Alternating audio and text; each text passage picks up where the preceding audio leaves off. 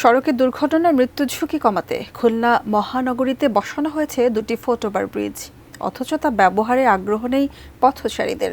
ফলে অলস পড়ে থাকছে কোটি কোটি টাকা ব্যয়ের উদ্যোগ, হয়ে উঠেছে মাদক সেবীদের আখড়া।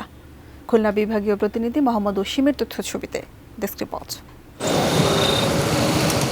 খুলনা বিশ্ববিদ্যালয় ও দৌলতপুর বিএল কলেজের সামনের সড়ক খুলনা শহরের ঝুঁকিপূর্ণ সড়কের অন্যতম। এই দুই জায়গায় দুটি ফুটওভার ব্রিজ নির্মাণ করে সড়ক বিভাগ, কিন্তু চালু হওয়ার পরও তা ব্যবহারে আগ্রহ নেই শিক্ষার্থী কিংবা সাধারণ মানুষের মাঝে। তাদের পাল্টা অভিযোগ, ভুল স্থান নির্ধারণ করায় অব্যবহৃত থাকছে কোটি টাকার ফুটওভার ব্রিজ। ফলে এই ব্রিজ এখন মাদক সেবীদের দখলে।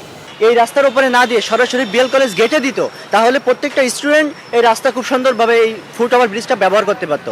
বিকেলবেলা গাঁজার আড্ডা মানুষের আড্ডা, খালি প্রেমের আড্ডা আর গাঁজার আড্ডা। 100 দিনের লোকের জন্য যারা আড্ডা দেবে, কোনো কাজকর্ম নেই, বহুদা ঘোরাফেরা করে, তাদের জন্য লাভ হয়েছে। প্রশ্ন উঠেছে, কার জন্য এই অপরিকল্পিত ব্রিজ? সচেতন মহল বলছে, তৎকালীন ক্ষমতাসীন রাজনৈতিক নেতাদের খুশি করতে ফুটওভার ব্রিজের নামে লুটপাট করা হয়েছে জনগণের টাকা।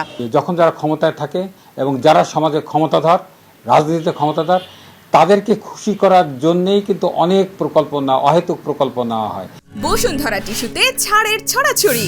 বসুন্ধরা টিস্যু নিয়ে এলো নিশ্চিত ছাড়। এটা কিন্তু এক ধরনের ক্রিমিনাল অফেন্স। তবে নির্মাণ পরিকল্পনায় ত্রুটির অভিযোগ মানতে নারাজ সড়ক বিভাগ। অপরিকল্পিত আমরা বলতে পারি না আর কি। এটাও যে আমাদের যেটা বললাম টেকনিক্যাল ইউনিট আছে আর কি আমাদের হেডকোয়ার্টারে, তাদের সুপারিশে বা তাদের ভিত্তিতেই, রিপোর্টের ভিত্তিতে এটা করা হয়েছে। খুলনা যশোর ও খুলনা সাতক্ষীরা মহাসড়কের উপর ফুটওভার ব্রিজ দুটি নির্মাণে ব্যয় হয়েছে রাষ্ট্রের 7,47,00,000 টাকা।